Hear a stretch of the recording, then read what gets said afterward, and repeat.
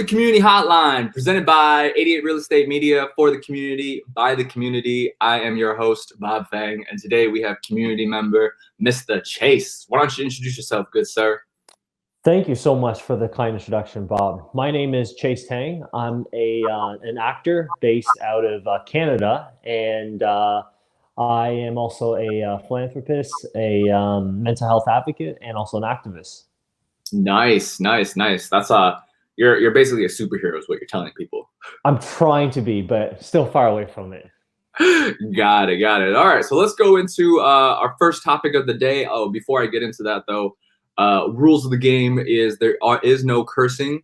So if you do curse, you will get a first strike, a second strike, and a third strike. So far, I have not had to boot anyone, but just want to let that known. First topic of the day is money. Something that's been on everyone's minds recently. I mean, I would say since the beginning of time. What is money?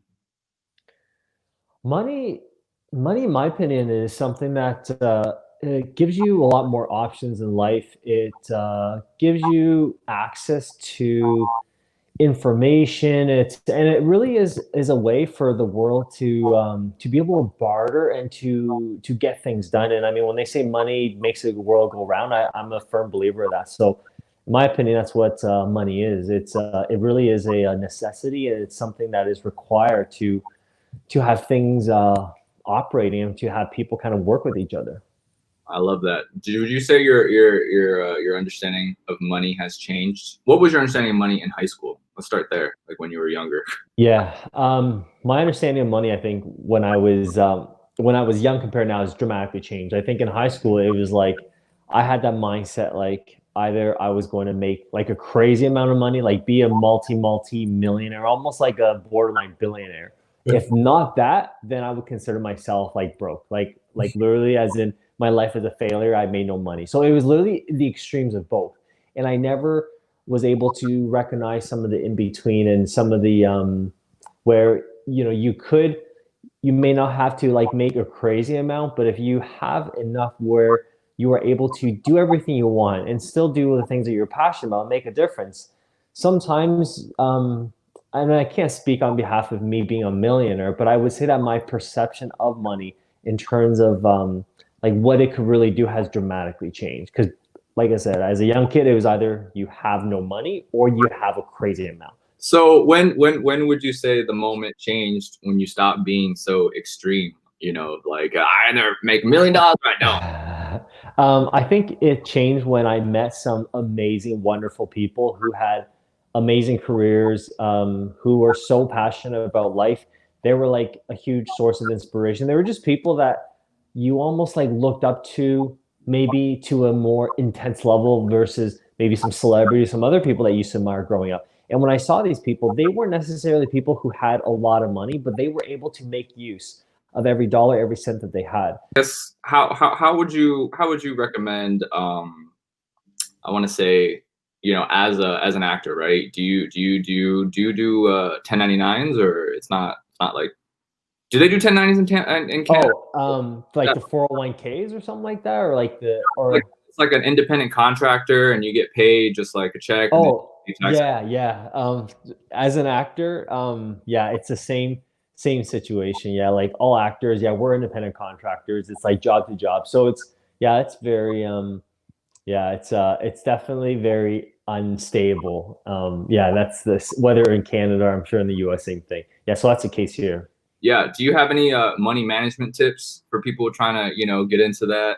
Yeah, I think, so when I came into acting, I think one thing that a lot of people maybe didn't realize about me, I think people who maybe read up on my story will know a little bit more, but I would say I was a pretty successful corporate, I guess, executive or employee. So before I came into acting, financially, I was in a pretty good place. So my struggle as an actor was more struggling to get an agent, to get a job, to get casted. But I was never really struggling financially.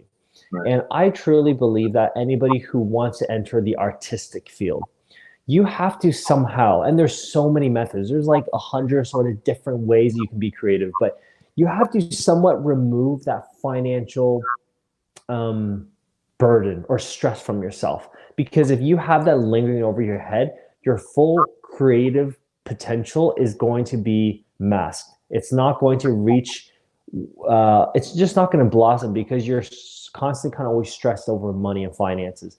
That could be a combination, maybe just spending less or simply your lifestyle, whatever it might be. But I think the biggest advice I can give anyone who wants to enter the creative field or who wants to go entertainment, whatever it is, I think it's important that you've got to find a way to remove financial worries from yourself. Invest in real estate, basically.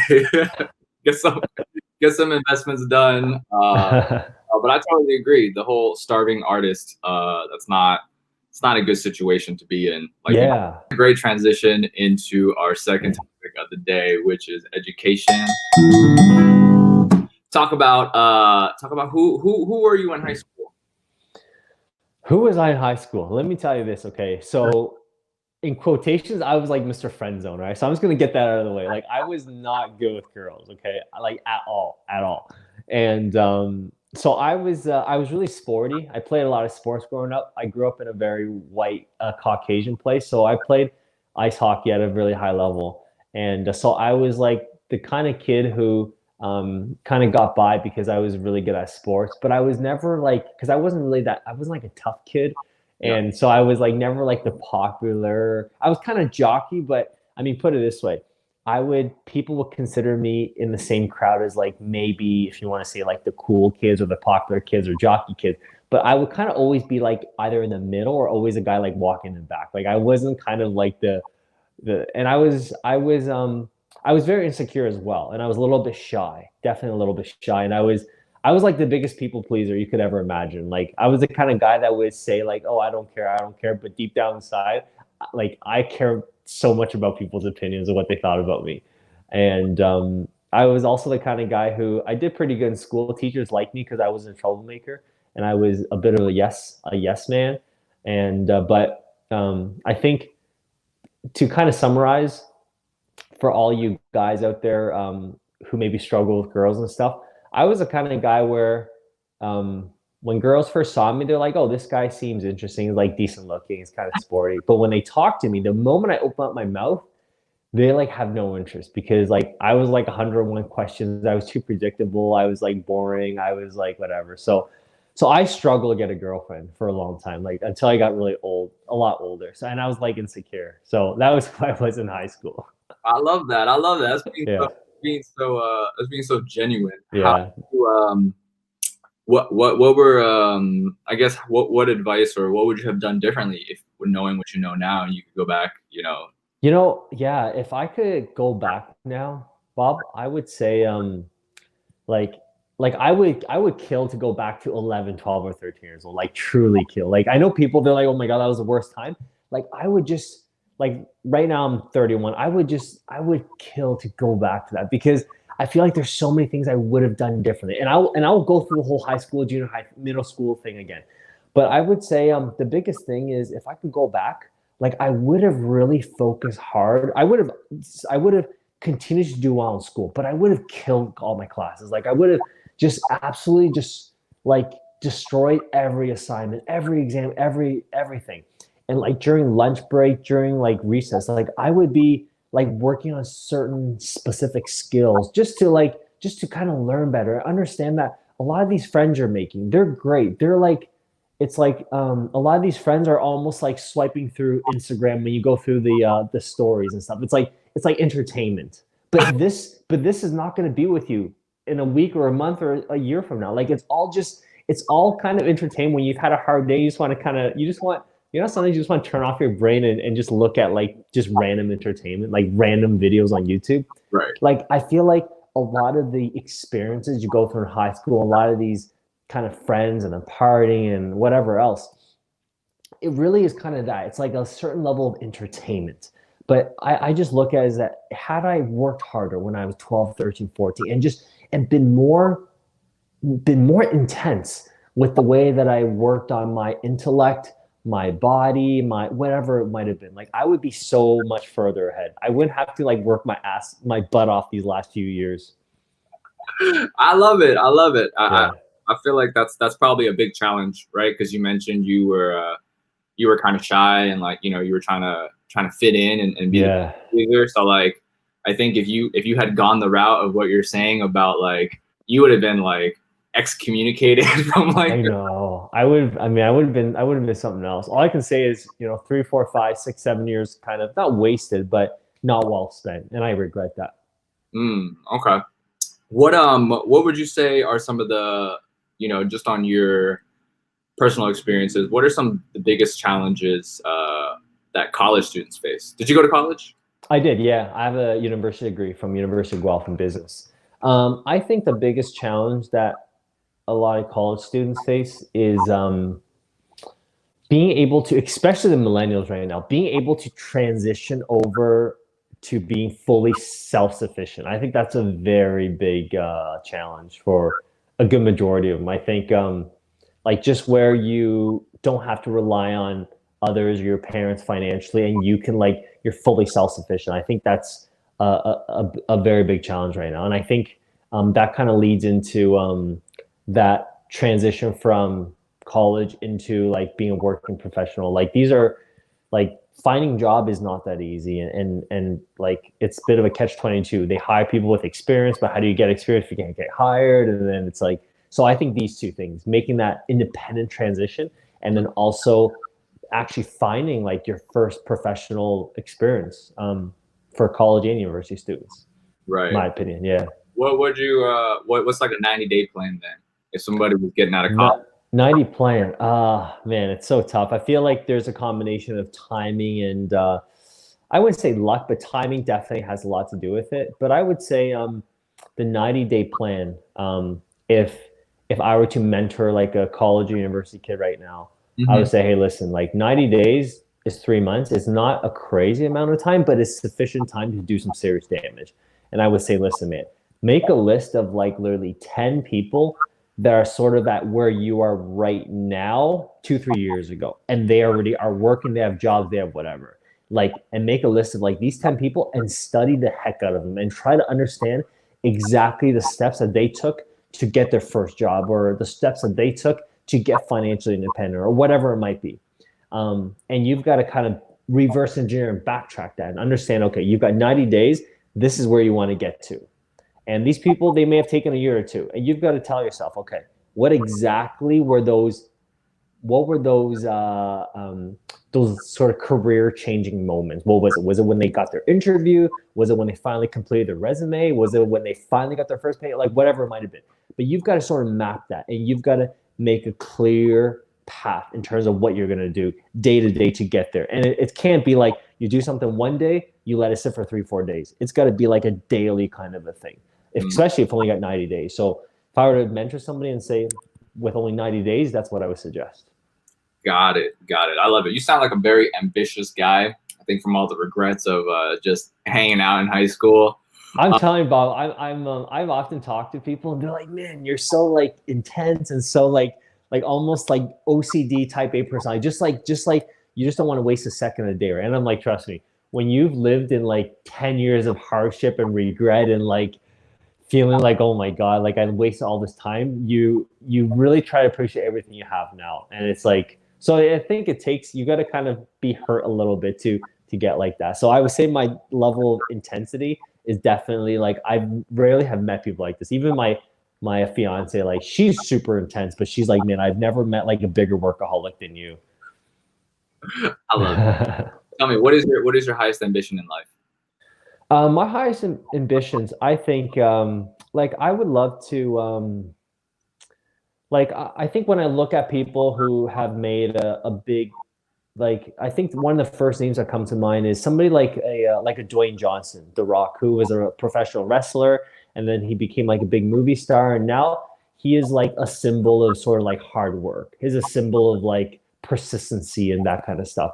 And I think at the current moment, I think people like that, like having a career like his, or being able to represent something like that, where when people think about me, they would think, here's somebody who wasn't really presented like amazing opportunities. He kind of grinded it out, and like he went through a lot of different obstacles. And I would just love it if people hear my story or follow my brand or whatever it is, and they don't have to be in the entertainment. They could be in the corporate world. They could be something that is completely different than anything I'm doing.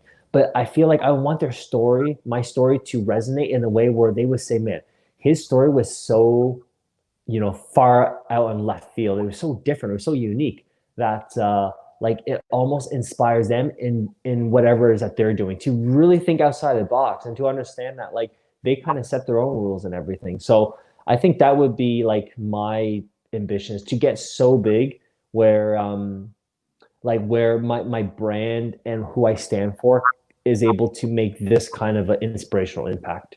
And what is your brand, and what is it that you stand for? Um, I think my brand, I mean, I think I initially got a bit of clout as an actor, as like a rising actor. So people started to know who I was. But I think standing for mental health, I think is a big thing. And then also my brand, I believe stands for like, it stands for, I think, being able to do everything. Like you manage your health, your relationships, your finances, your career, just to the best of your ability. And somebody who is not overly stressed and really lives life with that childish, if you want to say childish innocence, but is also very relentless and very fearless. I think that's like really kind of what my brand stands for. I think anyone who is a fan of me, if I have any, I would say that's maybe how they would describe me as well, and why they would maybe see me as a mentor, someone that they look up to.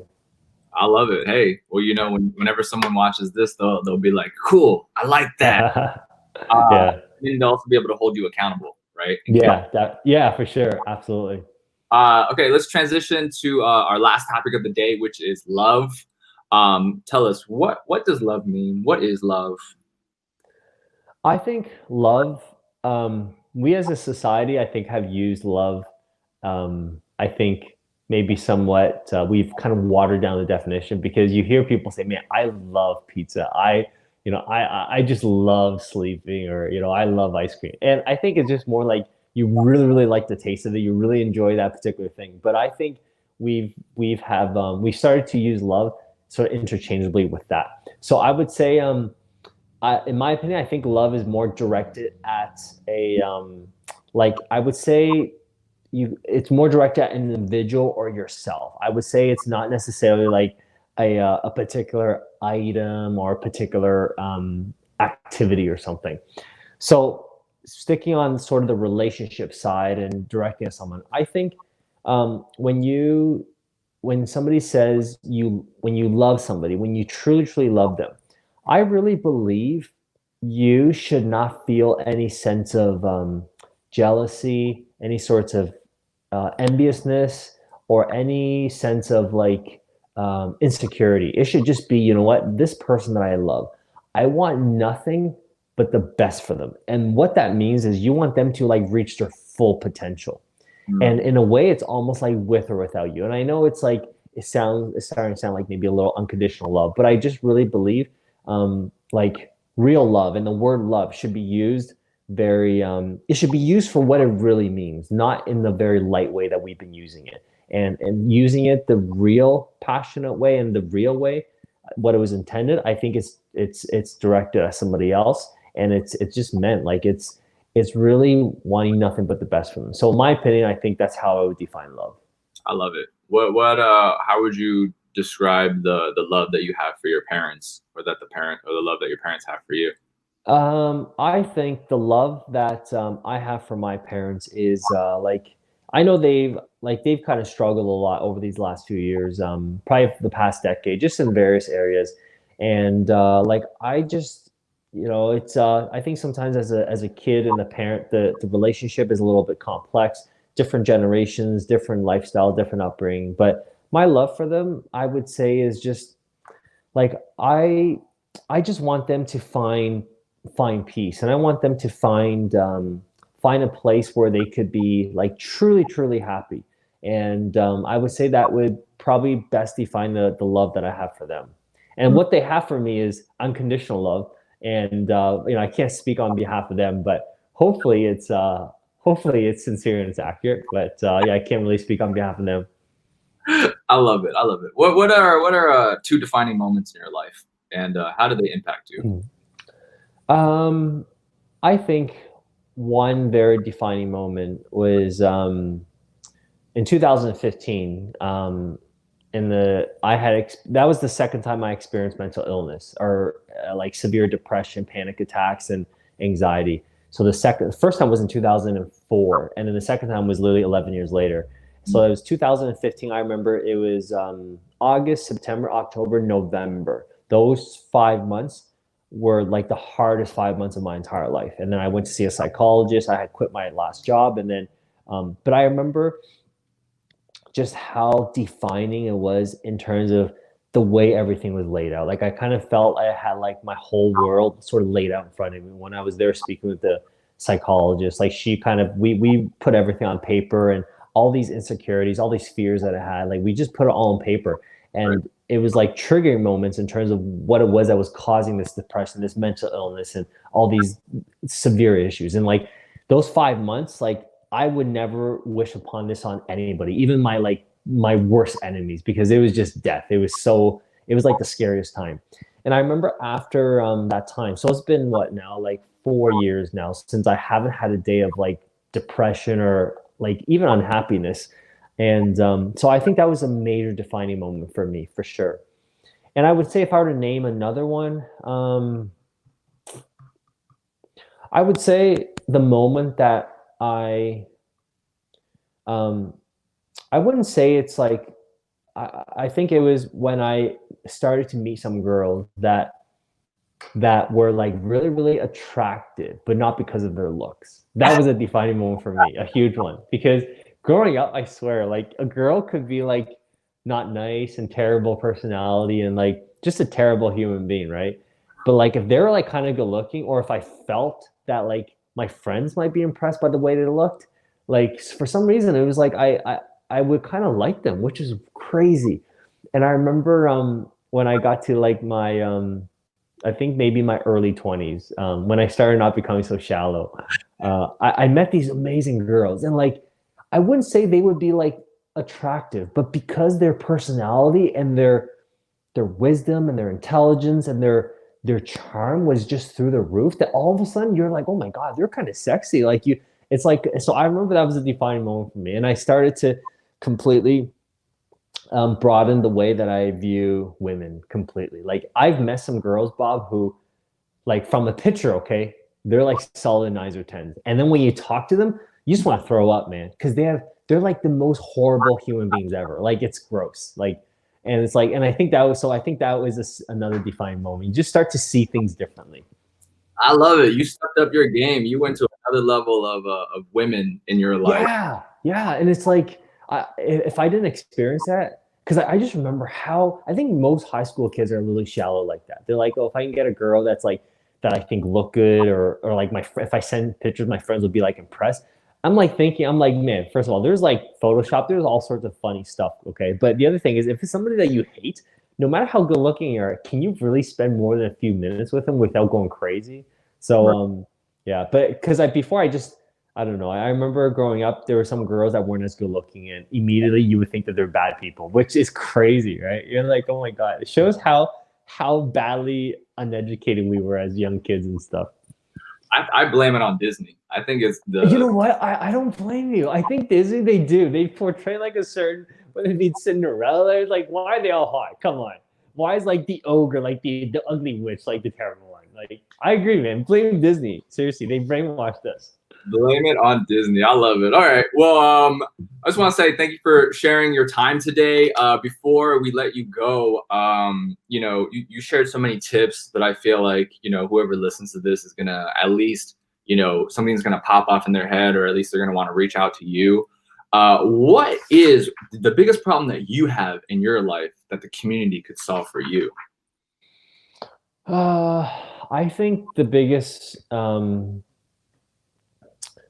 problem that I think the community could solve for me, I would, I would just love to see, and this might be a bigger picture thing. Like we might have to talk to like the Elon Musk of the world, the Warren Buffetts, the Bill Gates of the world, because this is a bigger problem. But I feel like the equality in the world really bothers me a lot. It just like I feel like I do my best and I work hard and I do everything that I can, and I know that I'm very blessed and fortunate to have certain skill sets, certain experience, certain whatever education, whatever. But I just feel like the inequality where it's like it's almost it's quite difficult. I think for people who are, if you want to say like in the like kind of below poverty line to like it's almost like this. Somebody I believe a big problem is that if you're below the poverty line, you almost have to work 2 or 3 times as hard as like a Bill Gates or like a Elon Musk just to get like above the poverty line. But here's the thing: if you're below the poverty line, you probably don't have the drive and the relentlessness and the education, and the know-how and the connections and the vision to even push yourself. And I feel like so I just think the inequality in the world really always like always drives me crazy. And at this moment, I don't think there is a short term solution, but I just hope that one day the world can go through like just a massive almost like a revolution of some sort where it allows like the game to be played. It's almost like the people who are wealthy, they control everything, but there's going to be something where it allows people at the bottom to at least be able to just enjoy the minimums, the basics, just to get by like that. Like I just think like how could it be where there's people who are so bloody wealthy and then there's people who can't even manage to get 2 or 3 meals a day? Like how can we live in a world like this? There's so much money to go around. So I would say if there's something that the community or whatever can do for me that solve the problem, I think is just that. Because that's something that Bob, I think about this so often. Like I often think of, and I think people might say that I'm in a situation where I'm a lot more fortunate, but I often just think the world doesn't need to be this unfair. It does not need this much poverty. And so yeah, maybe probably getting a little negative talking about that, but that's the one thing that I wish could change, and something that I wish people who are in power are able to do something different about that. No, man, that's great. Yeah. Speak from the heart. Speak from the heart. Don't be afraid to speak from the heart, no matter which direction it goes. All right. Yeah. Thank you guys for watching. Before I forget, 88 Real Estate Media is looking for members to join the oversight committee to build the best mindfulness school in Southern California. Shoot us a message if you want to learn more. Also, if you do business in the real estate industry, please do consider hiring 88 Real Estate Media. Let me know, Chase, where can people find you if they want to reach out to you for mentorship? Any last words, you know? Yeah, well, you can find me if you were to just Google my name, there's plenty of content out there, and then I'm on like every single social media outlet out there, and or social media platform. And then Instagram I probably use the most, so my handle's on that at Chase Tang official. And any final words? I think I just would love to see all the listeners like understand that like I'm not really much different than a lot of you, and I think if you're out there kind of struggling or not in a good situation, just know that if you just take daily steps just to like be a little bit better tomorrow than you were today, you will be surprised what happens. And at the end of the day, like your pen is in your hands. You write your own story. You're the director, you're the lead actor, you're like everything. And like you decide how you want your story, your whole life to unfold. Like your parents aren't going to know what to do. Like no one has that magic ball to tell you what your outcome should be. So I think my last words is hoping that this could be a something that just inspires people to understand that like you have so much control, you have so much power. Like it's all in your hands. I love it. I love it. All right, guys. Thank you guys for joining us. Catch you guys later.